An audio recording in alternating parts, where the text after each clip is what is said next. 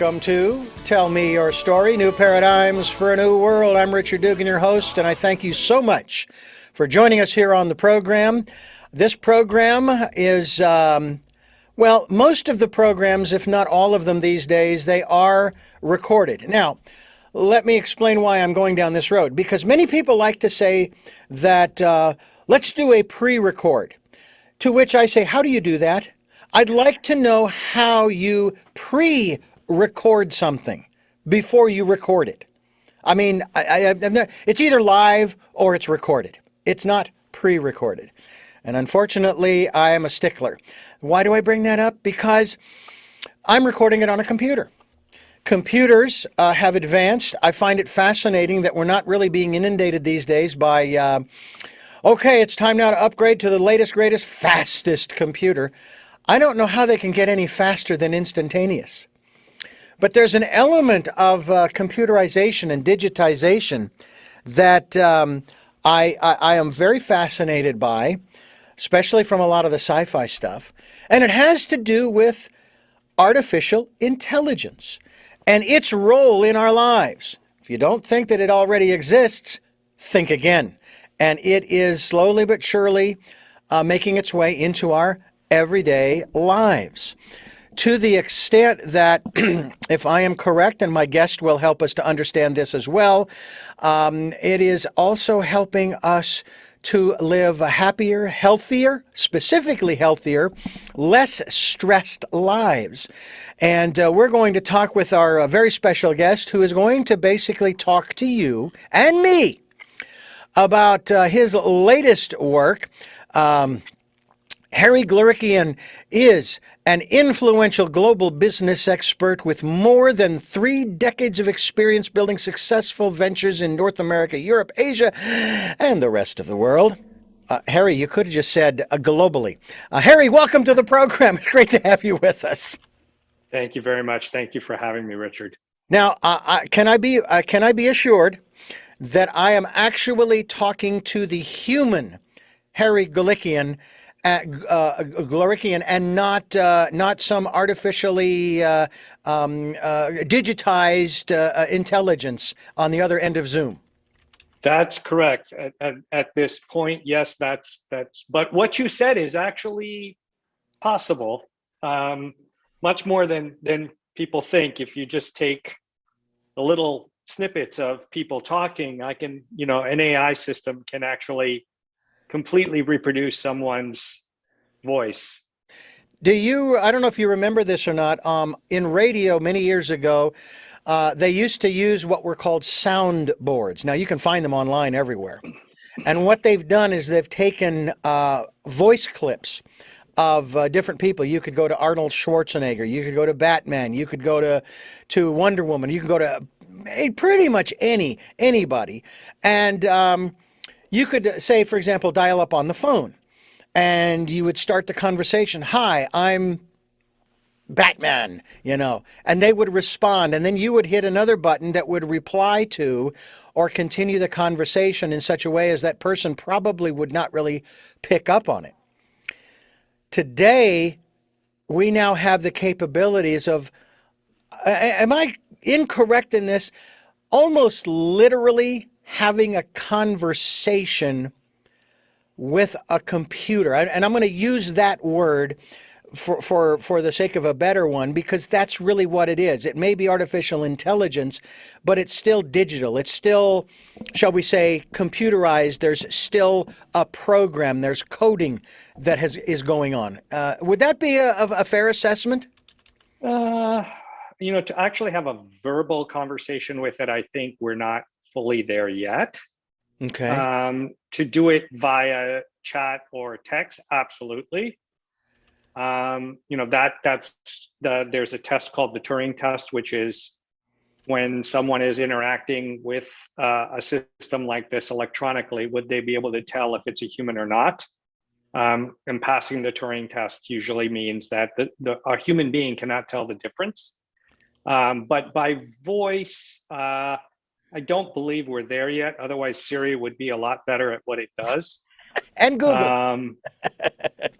But but you can mimic someone's voice. There are programs like Descript or Podcastle, and you just give it a recording of your voice, and then you start typing and it'll speak just like you do.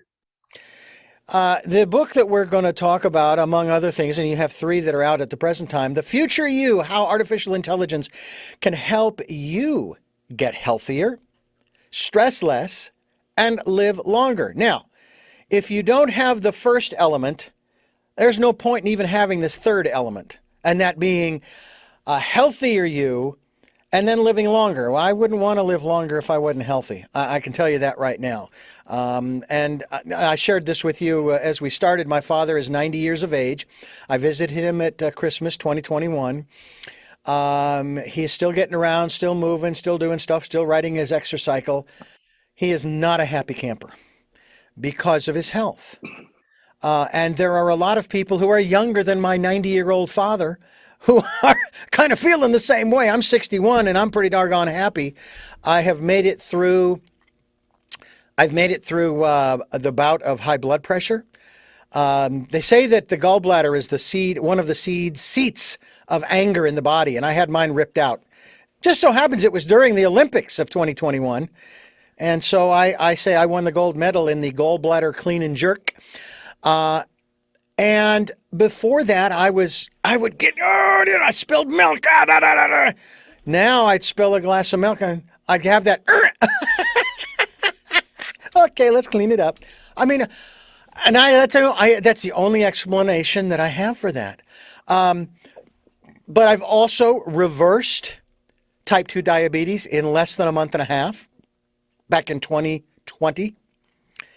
And anybody can do it. I've lost probably 15 to 20 pounds in that process. It was not a diet I chose, but I'll take it. So I feel as though I have a shot at living a healthier life and living to be 100 plus, because I have to outlive my great-grandmother who lived to be 100.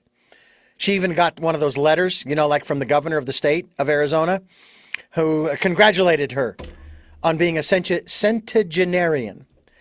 Out of curiosity, Harry, how would you feel about living to be 100, 120, et cetera, et cetera? Would that be, is that something that you would want to do as long as you were healthy? As long as I was healthy and had my wits about me, I think, and be able to stay engaged and active, right? Mm-hmm. Have purpose and meaning on a daily basis, as opposed to just sit there and age over time. But I would tell you that, the person that is going to live to 130 has already been born at this point. Oh, really? Oh, with all the technology, therapies, monitoring systems that we can talk about on this show, we believe that that's already happened already. Wow. That's pretty cool, actually.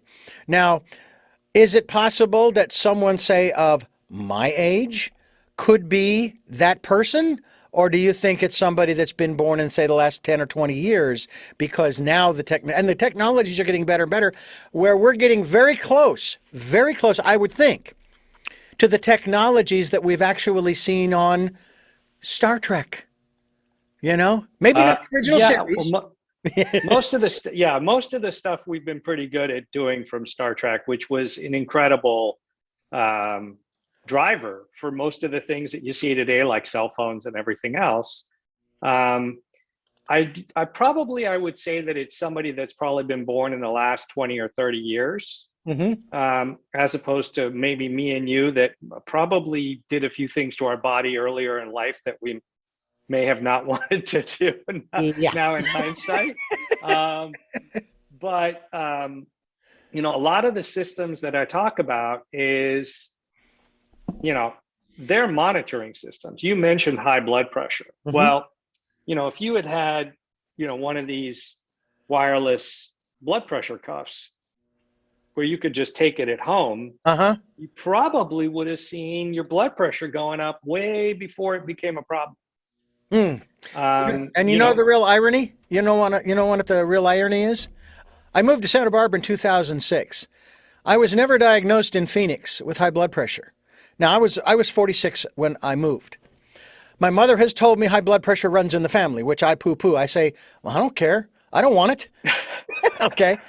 And it wasn't until I moved here to Santa Barbara that apparently my blood pressure went up. Now, there's also the possibility that, and I'm going to go back to the gallbladder issue, as far as that metaphor for the seat of anger and frustration and so forth, that my gallbladder was very infected and I had a gallstone the size of a golf ball.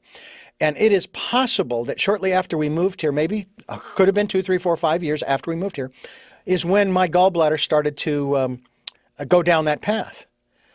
That may have precipitated. Now, I'm supposed to, as of this conversation with you and I'm supposed to go see my physician in a few days for my regular 6-month checkup. And we'll see where the blood pressure is. I'm only taking one medication now, whereas I was taking two. And that's self-diagnosed. I've been feeling great. I have not been overdoing it or exerting myself. I haven't been angry or frustrated. And I know that blood pressure can rise even if you're not angry. right. But I'm kind of looking forward to that, as well as having him draw the blood and run the A1C test, because I had type 2 diabetes and an A1C of 11.2 on the 24th of July 2020. When I went to see him the end of October of that same year, it was down to 5.7. But it was down below that because I had one of those monitors, you prick your finger and so Yep. forth. And it was already down in the middle of September. So, I had already gotten it down and it stayed down and it's not going back up. Sodas, I think, were the biggest culprit. But anyway, aside that, back to the medical aspects. There are now machines. That's what we would call them, machines. They could call them robots or what have you, but a robot is still a machine. There's one that is very popular, especially here in California, here at cottage hospitals. I believe they call it, isn't it Da Vinci, something like that? Correct. Yes, there's a doctor on, who's there, a surgeon who's right there, but the machine is doing all the work.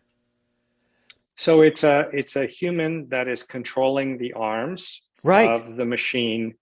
The machine can perform surgeries at a much, much, much smaller level and at a much more precise level. Yeah. So instead of, say, cutting you open, it just has to make maybe 2 or 3 very small holes, and the instruments would go in. In reality, if you have a good internet connection, technically the surgeon can be across the country or across the world Yeah. and be performing the surgery on someone laying on that table remotely. I just Um, I just want to know who I would sue for malpractice. The doctor or Da Vinci? well, you know what? I would be surprised if somebody hasn't tried to sue one or both by now. Yeah, I know. Um, I say that facetiously because we don't want to go down that road, folks.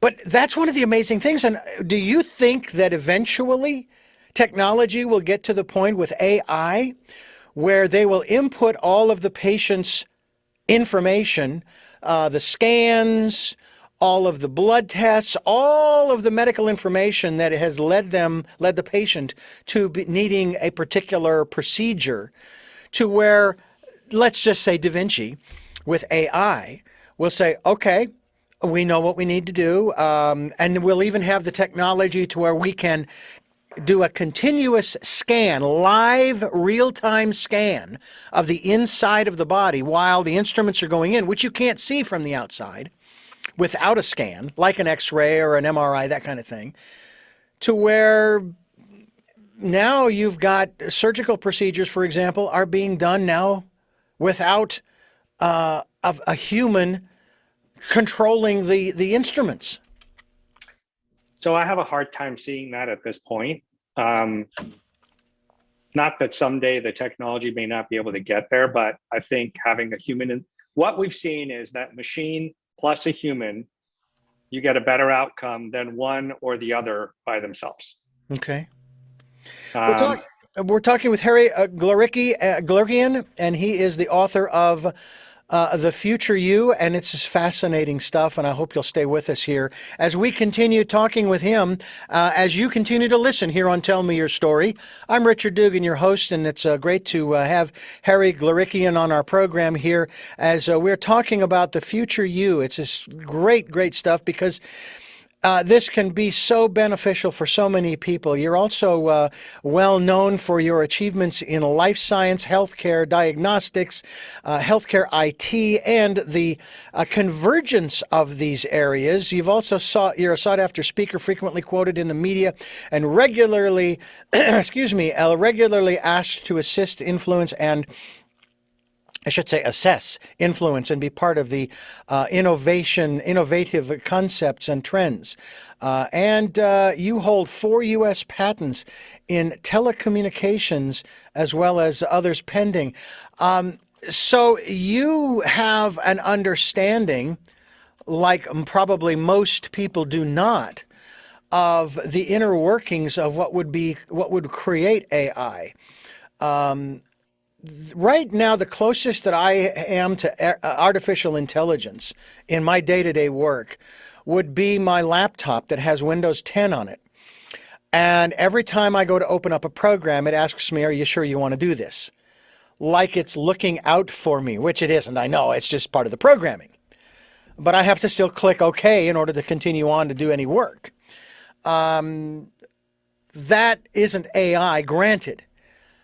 But there are certain aspects of our technology that are somewhat interactive in that, we'll have put in some information and then it leads us somewhere else based upon that information to continue the survey, the questionnaire, the whatever it might be. Is this... It seems like the coding aspect has gotten so much easier as well, because I remember growing up in the computer age in the 90s with DOS. yes. I wrote my first line across a CRT, and I looked at it going, as Urkel would say, did I write that? And what was amazing was I understood what I wrote, and I understood what I was asking the computer to do. Whereas Yeah, today, I mean, things have changed a lot. yeah. If you look at, I mean, there's a whole movement now called no code, where you will be able to take blocks and put them together, and then the system will perform an activity for you. But I think most people don't realize that almost everything that they're interacting with, if it's Netflix, Amazon, YouTube, Siri, Alexa, any one of these things has a backend that's using some form of artificial intelligence. And that's sort of artificial intelligence is a catch-all phrase that there's a bunch of tools underneath it, and you would, try to figure out the right tool for the right job. But everybody's using it on a daily basis if they have a smartphone or a computer, or they're watching Netflix, like I said. There's something in the background that is assisting them or trying to help them make a better decision. The main things that I talk about in the book are technologies or apps that people can incorporate into their life that can improve their health, either monitoring. What I like to say is, if you're younger, it might be a way to just be healthier. If you're middle age, it might be a way to sort of stave off chronic problems. And if you have a chronic problem, it may be a better way for you to manage and monitor that chronic problem. You mentioned, diabetes and waiting to get your A1C. What if you could wear a continuous glucose monitor where you could just, right after every meal, just wave your phone right over the monitor that's on your arm and know exactly what your levels are at that moment, and be able to adjust your diet so that you don't spike your insulin levels. And that's available. Right. Or and that's available now. This is amazing. Yeah, no, totally available now. And the AI system might say, don't eat this, but here's 3 alternatives, so that you're not totally having to give something up, but giving you an alternative to it. And then, a wireless blood pressure cuff, where instead of going to your doctor and saying, here's the one measurement that I did on this one day, to here's my last 6 months of measurements, and the pattern is what the doctor will look at. And by looking at the pattern, they'll know if everything is staying good over time. Because that old thing, like you take your car in and you say it's making a noise. Of course, when you take it in, it's not making the noise. Yeah. By using these technologies, you're sort of looking at a longitudinal view of data. Yeah. And so when there's a spike somewhere, that longitudinal view will pick them up over time, so that a physician can manage you better. Well, now there is a heart monitor device that you can buy that's connected to your phone to detect 3 different heart conditions, which just is unbelievable. I mean, even when they came out with the portable defibrillator, I was stunned because, my God, how can they do that? Because it requires quite a bit of power. And then, of course, I realized, well, it's not the power, it's not the voltage, it's the amperage. But anyway, now you've got these portable defibrillators, and now you've got a portable, again, blood pressure check. That's the one, exactly. Yeah, so I'm holding up a product from AliveCore, and it will do 6 different parameters of your heart. And you can actually, it's like $90, so it's not prohibitively expensive. Right. And you can do that, and an AI system will look at the trace. Yeah. And be able to tell you if something is out of line, and then you can just email it to your doctor. So, these technologies that I talk about in the book, or apps, are things that people can incorporate into their life to help them manage their health better, so that they can stay away from being sick or understand how they're managing themselves, right? So the biggest problem is if you're only seeing your doctor once a year. Yeah.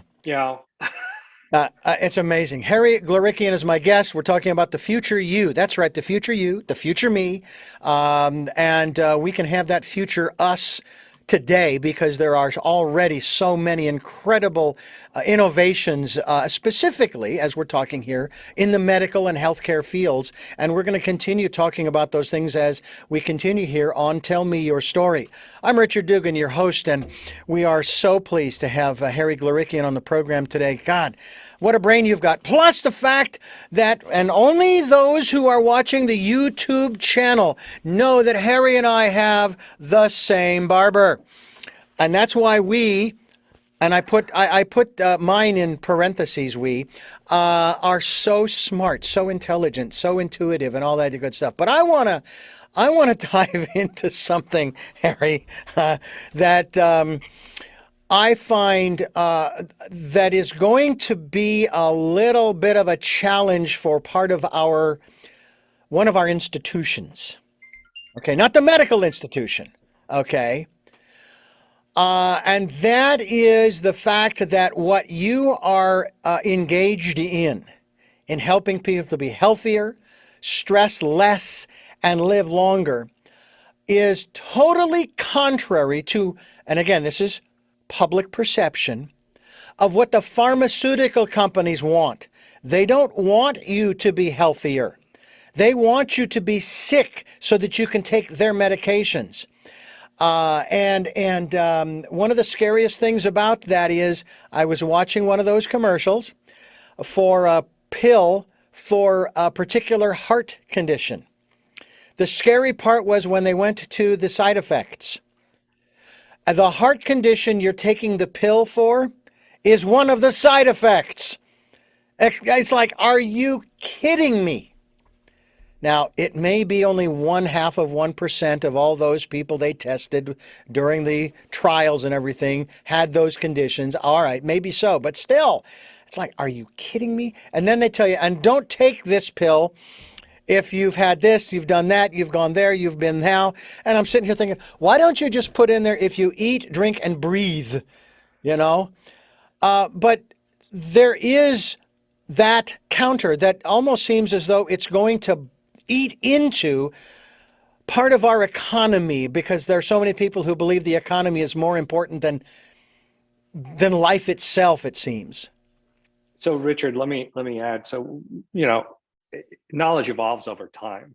And so we get better and better at things as we understand. And so there are genetic tests that people can take that would indicate whether they would have an adverse effect to certain medications ahead of time so that they can sort of decrease the trial and error. Mm-hmm. Um, God forbid if you have some sort of cancer, there is genomic sequencing that would be done on the tumor that would help potentially identify the perfect therapy for that particular tumor type so that you would get a better outcome rather than what we used to do in the past, which was trial and error.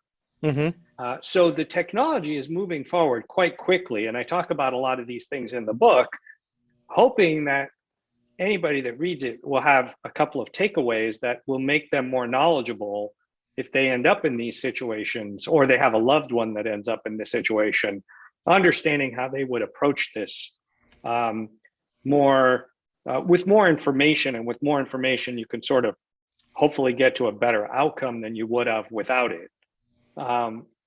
But these technologies are moving forward very quickly. So it's not that the pharmaceutical company wants to sell you something that is going to have an adverse effect. What they're doing now is a lot of the new, especially in oncology, drugs that are coming out, you can't even get it if you're not positive for that gene sequence.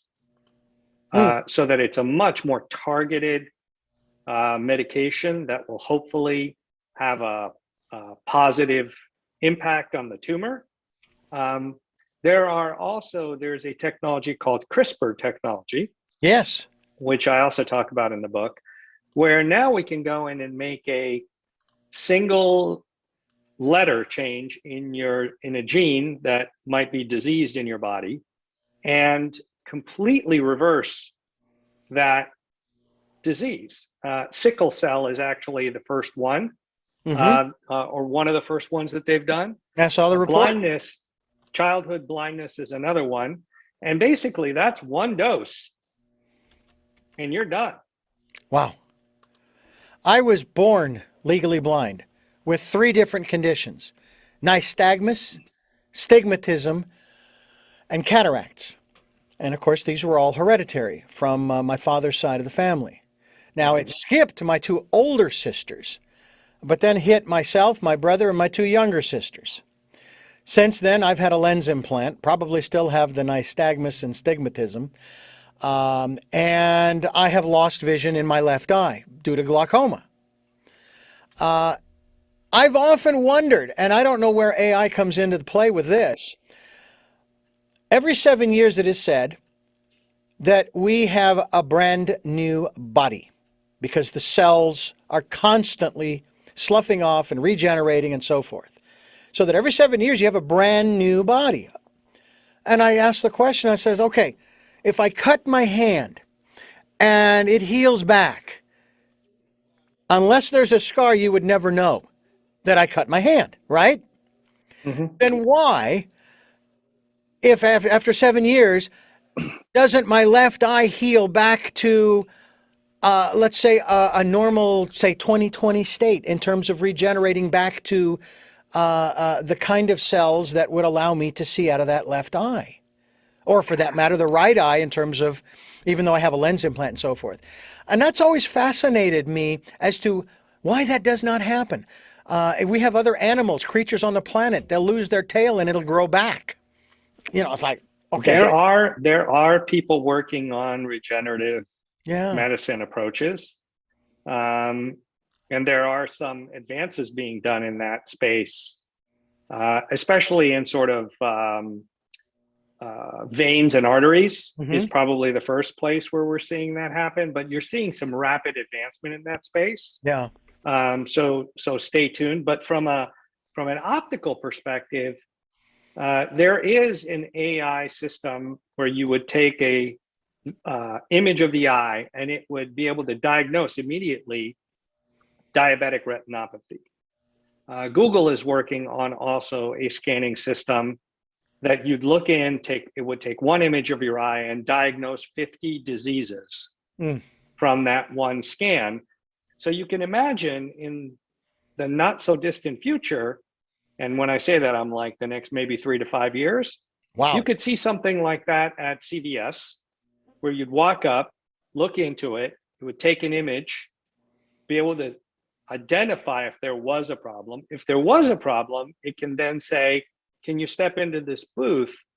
Through telemedicine, the doctor will see you and be able to interact with you directly right then and there. Wow. So many people that,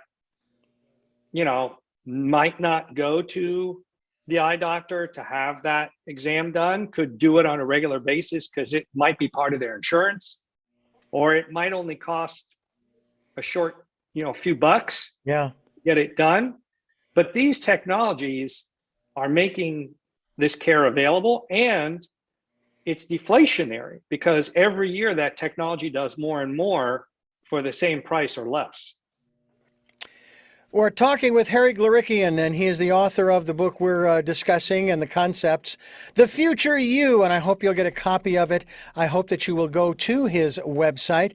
Matter of fact, his website, interesting and strangely enough, it's Glorikian.com. That's Glorikian.com. And this is how artificial intelligence can help you get healthier, stress less, and live longer as we continue here on Tell Me Your Story. I'm Richard Dugan, your host, and I want to ask you, Harry, a question that I'm sure is going through the minds of some folks. And there are a lot of issues that I want to talk about here, but this one in particular, in terms of AI.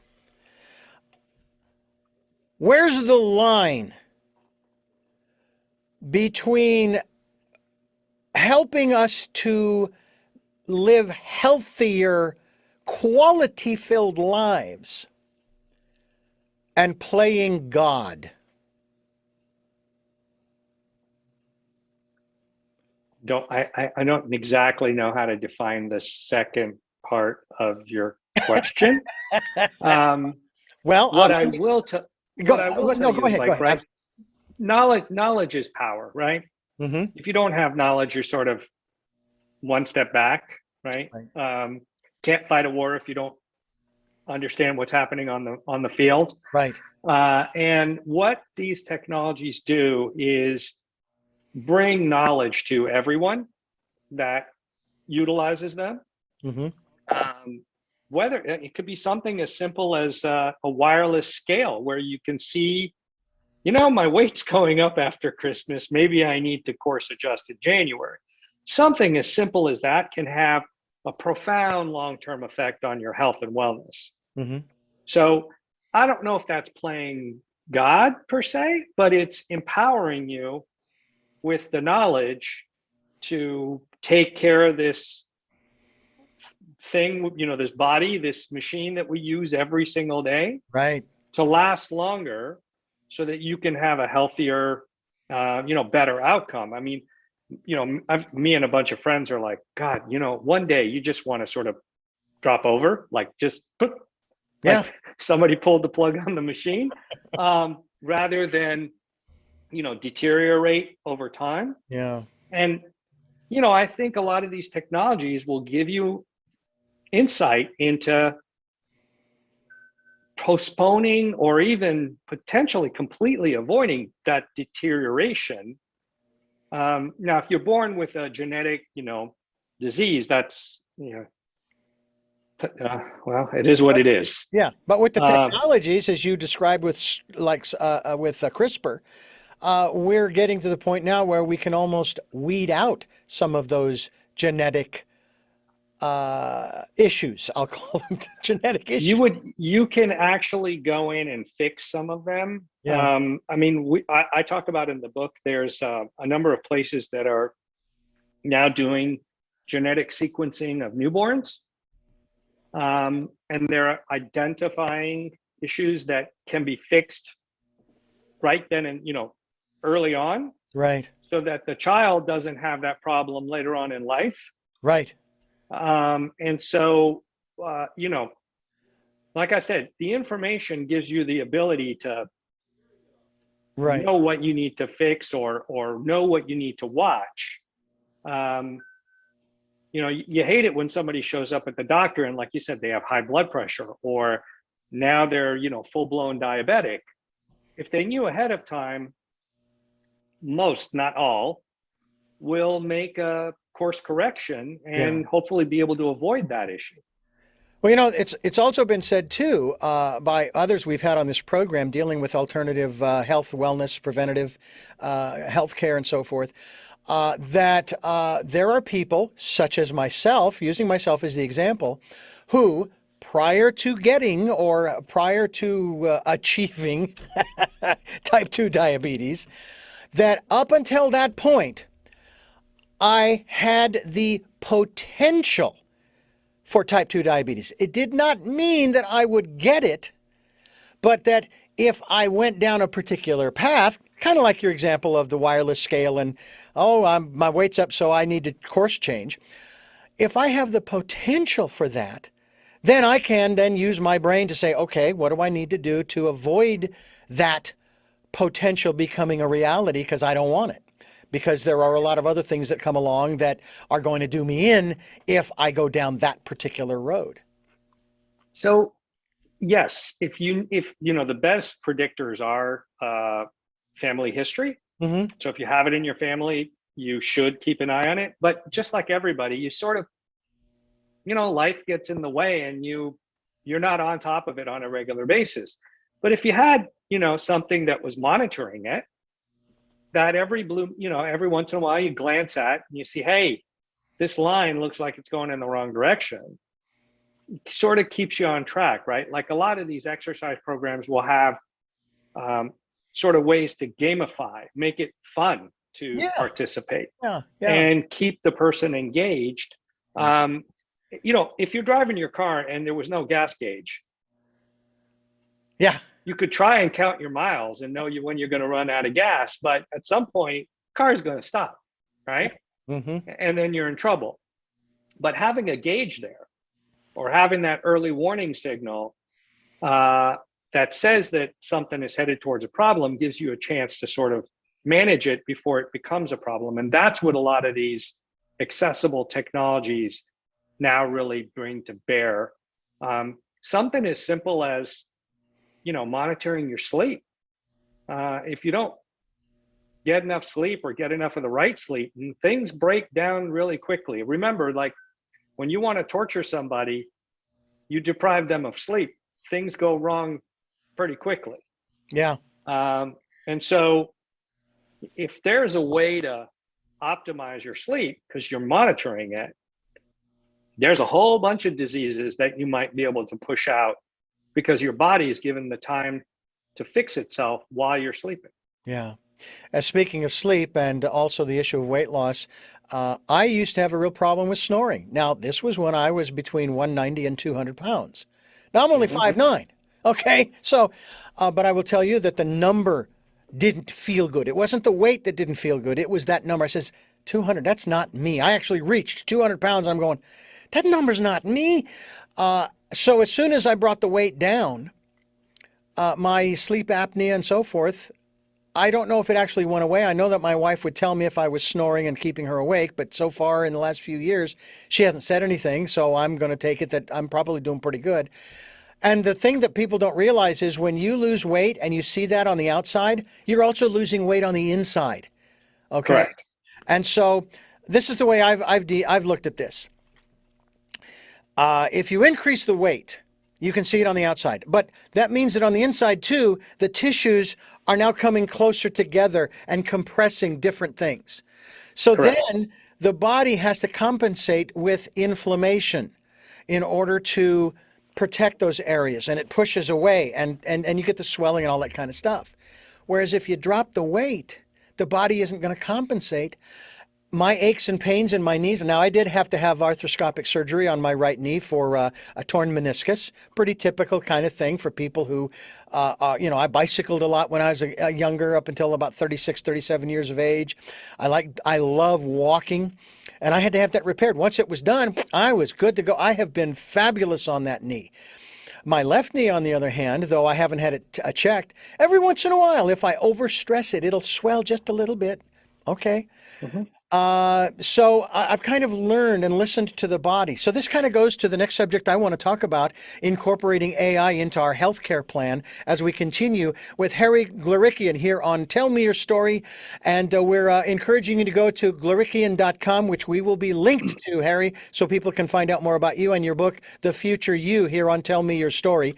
I'm Richard Dugan, your host. And Harry, I wanted to ask you, as we continue here on the program, this aspect. I know that I asked you about that line between just taking care of oneself as opposed to the medical community now playing God, that kind of thing, which kind of brings into the equation. Some people will say, well, but how do you know that the universe, God, the divine, whatever, however you want to phrase it, how do you know that this isn't the path for mankind to take, using AI, using all of these incredible technologies? We don't. We don't know. Other than, and this, I want to ask you about this, other than checking in, as we've been encouraging people over the last few years to participate in the decade of the perfect vision, 2020s, going within and listening to that still small voice. How much of your intuition plays in the research and discovery and inventing of or innovating new technologies utilizing AI? So if you think about listening to the inner voice, there's a lot of noise out there, right? So people sometimes lose track of that, what's going on. My wife says, well, if you just were more in tune with your body. I'm like, honey, I got a million things to do. So I would rather have, some of these technologies sort of put it out for me, right, with data in front of me so that I can manage myself better, rather than me try to always be in tune with what's going on so that I can course correct. Although I will tell you that there are a number of AI-based meditation technologies that are out there that are making a world of difference in people stressing less, especially during this time of COVID. Really? I'm a firm believer in transcendental meditation. That one seems to work for me as opposed to a lot of the other techniques. But there are a number of AI-based meditation approaches that really make a big difference for most people. And it can only, a minute here and a minute there. It doesn't have to be hours. Mm-hmm. And you don't have to be the Buddhist monk to do it. Yeah. You can be anybody at any age. And it de-stresses you, which brings down your blood pressure, helps you sleep better, all those things that cause problems. It can help you sort of align you a little bit better. Harry Glorickian's my guest. Glorikian.com's the website. The Future You is the book. And this is Tell Me Your Story.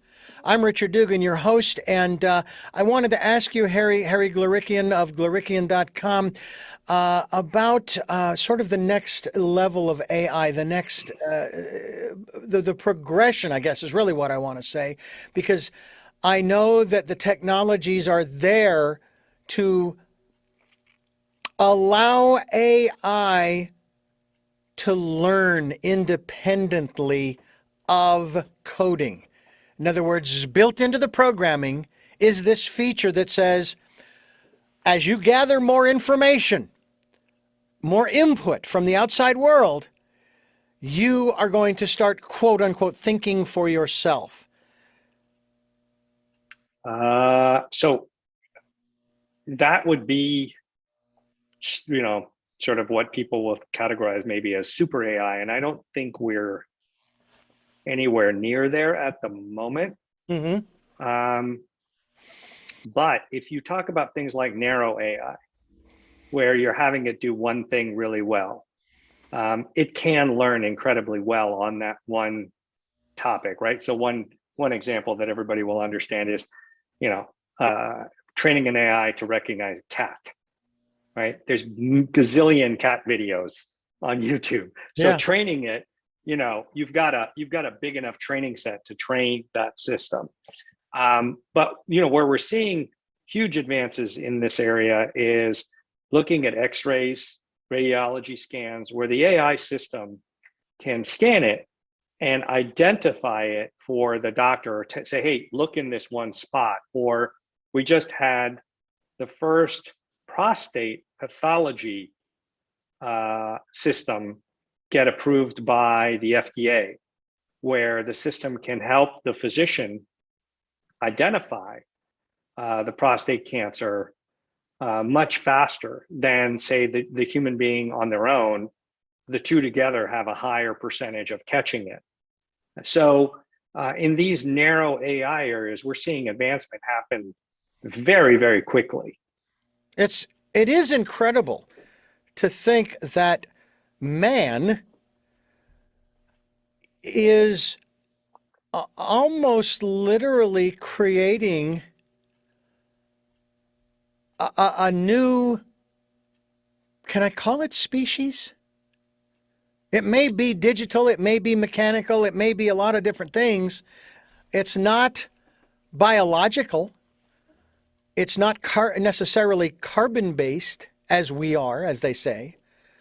Is that a fair assessment, that man is actually in that stage where we are actually creating a new species, that we may have to modify our constitution to allow them to have rights somewhere down the road? I mean, look at what we've been through just as the human race over the last 500 to 1,000 years.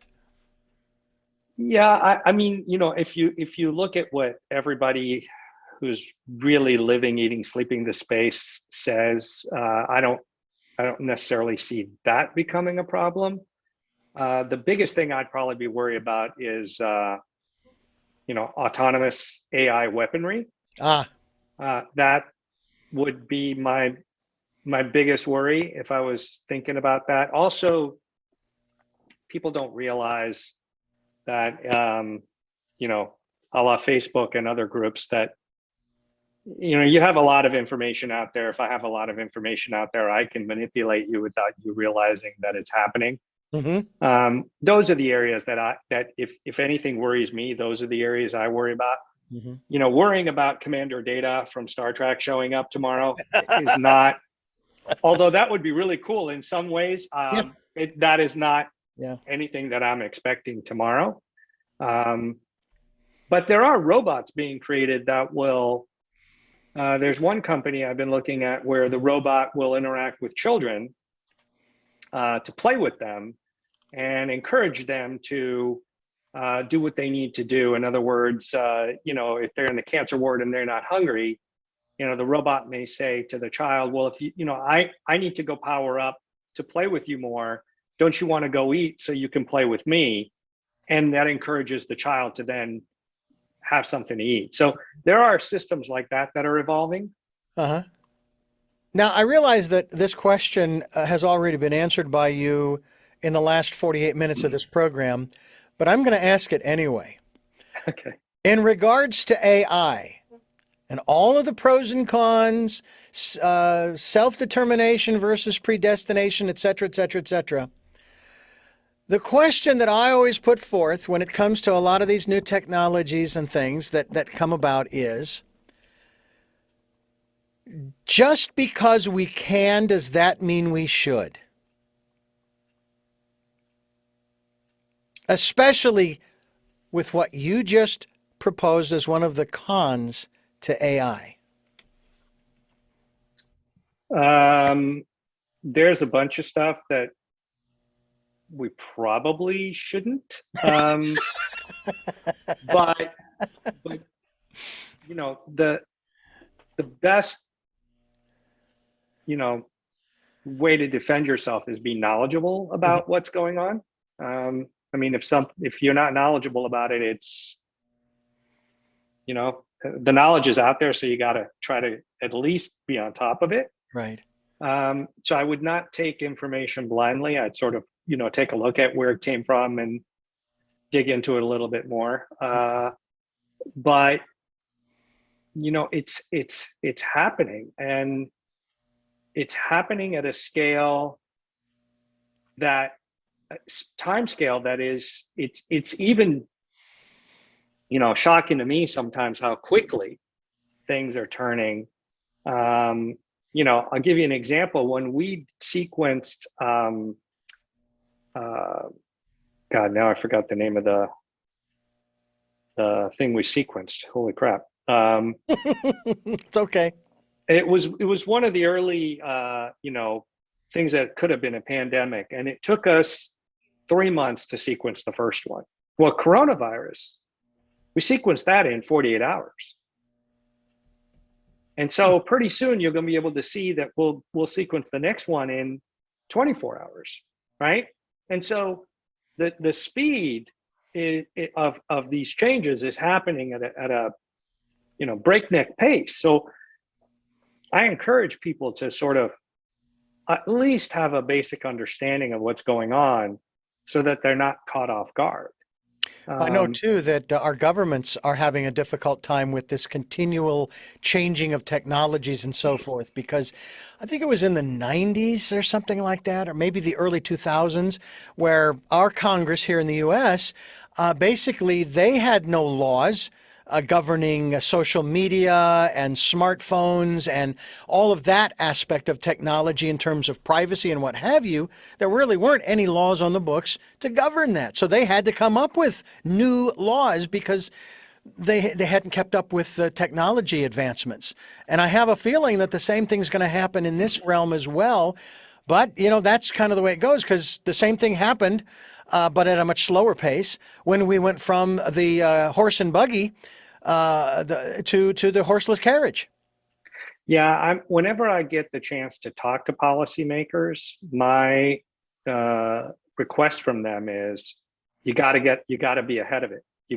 Even if you're wrong, you got to get ahead of it, because if you're behind it, you don't realize you're already 2-3 technology steps behind it, not one step. For example, right now, Google is using an AI platform to develop its next AI chip. So there's an AI software platform developing itself for its own next generation. Wow. So these are the things that, if you don't realize how quick, and it's not a 20% improvement, it's a 10, 20, 100, 200, 400% improvement. So if you're not getting ahead of it, you're not one step behind, you're 10 steps behind. But at the same token, if you think about how to incorporate these things into your life so that it can help you be healthier or stay on top of things, there's the good part of it. And I try to stay on that side of the scale as much as possible. Every once in a while, there's a few things that ring my bell on the negative side, but I think there's so much good that can be done on a human scale. I mean, all the technologies I've talked about used to be in the doctor's office. Now you can have them at home. And if you think about it, pretty much any third world country pretty soon will have a wireless blood pressure cuff, or, they already have cell phones. So they're not far behind from healthcare being much more available on a global basis to anybody. Yeah. I'll give you an example. There's a ultrasound system that normally you'd have to go to an ultrasound technician to do the ultrasound.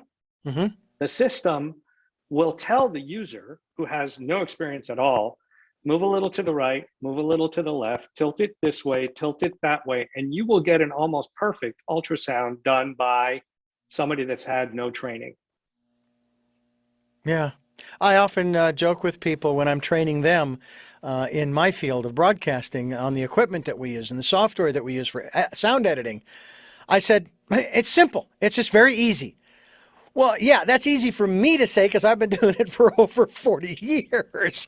But it's like you say, it has been made so user friendly. And that's one of the good things, the real pros in that regard. We're talking with Harry Glorickian. Glorikian.com is the website. The Future You is the book. I'm Richard Dugan. This is Tell Me Your Story. We're giving you choices and knowledge of those choices to help make your dreams come true here on the program. And we're here with Harry Glorickian. And Harry, we're just about out of time here. I first of all, I can't thank you enough for this rather frank and open conversation about this technology that I know there are some people who are just absolutely jazzed about. They can hardly wait to transfer their consciousness to, these kinds of things, which is a whole nother thing. I realize that's a whole nother genre, and it may still be science fiction. But I've always said that where science fiction goes, reality is soon to follow. But thank you so much for not only being on this program and sharing your ideas, but also for the work that you've been doing over the last 30 plus years to help make our lives better in terms of the quality of our lives. I don't want quantity if I don't have quality. Correct. Absolutely. Thank you so much for having me. You are very welcome. And I do have three final questions for you that I like to ask all of my guests before we wrap. But I do want to let you, the listener and the viewer, know that this program is here on Sundays at 7 a.m. and 7 p.m., Monday mornings at 1 a.m., as well as 9 a.m. on Wednesday mornings for the special edition of Tell Me Your Story. We podcast on SoundCloud, iTunes, TuneIn Radio, Spotify, Stitcher, Player FM, Blueberry, Amazon, iHeart, many other locations across the breadth and width and depth and whatever else esoteric aspects of the internet that you can find. We hope that you will listen as well as view these programs on YouTube, the channel Tell Me Your Story, Richard Dugan. Just look for the guy with the black hat, okay? Also, if you'd like to support the work we're doing here on the program, and this program may not have dealt an awful lot with the spiritual or metaphysical aspects of life, but it's going to have an impact. It will definitely, because you'll be able to not only discover and find your life's purpose, but also move on to fulfill it and live it out much longer. And again, we don't know whether the divine's intentions are for us to use these technologies or not.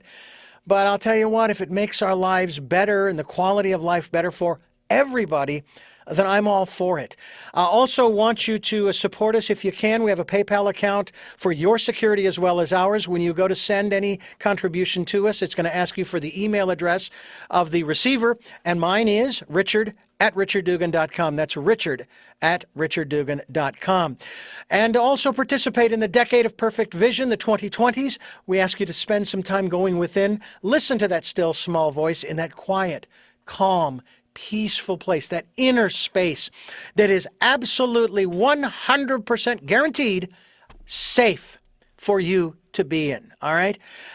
Get to know yourself and who you really are, both the light and the shadow side, because it's all of that from one end to the other that makes you who you are, that makes me who I am. So we hope that you will spend some time doing that. All right, to the three questions on this game show as we wrap up the program in the lightning round of Tell Me Your Story. That's how I feel sometimes, Harry.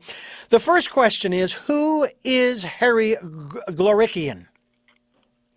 I'm a venture capitalist. I invest in the space and spend a lot of time looking at the technologies. I also write books. I have my own podcast where I interview people in the industry. And a father and hopefully all around good guy. That's pretty much me. What is it that you hope to or want to achieve through the work that you're doing now? Oh, I want to help people make a positive impact on their lives. I hope that, people will, potentially read the book and take away one thing that they can incorporate into their lives that would improve their health and wellness, or the health and wellness of someone that they love or take care of. And the companies that I try to invest in I hope they have a profound impact on the health and wellness of a broader, audience. And finally, what is your life's purpose? Oh, that's a good question. Well, first and foremost, be a good husband and a good father to my kids and a good family person. But at the same time, I get so excited about these technologies and the impact they have on people's health and how we can eradicate certain diseases and help people live a healthier, happier life. That when I take biology and I take technology and I put them together, that's the only direction that I see it all going in. Mm.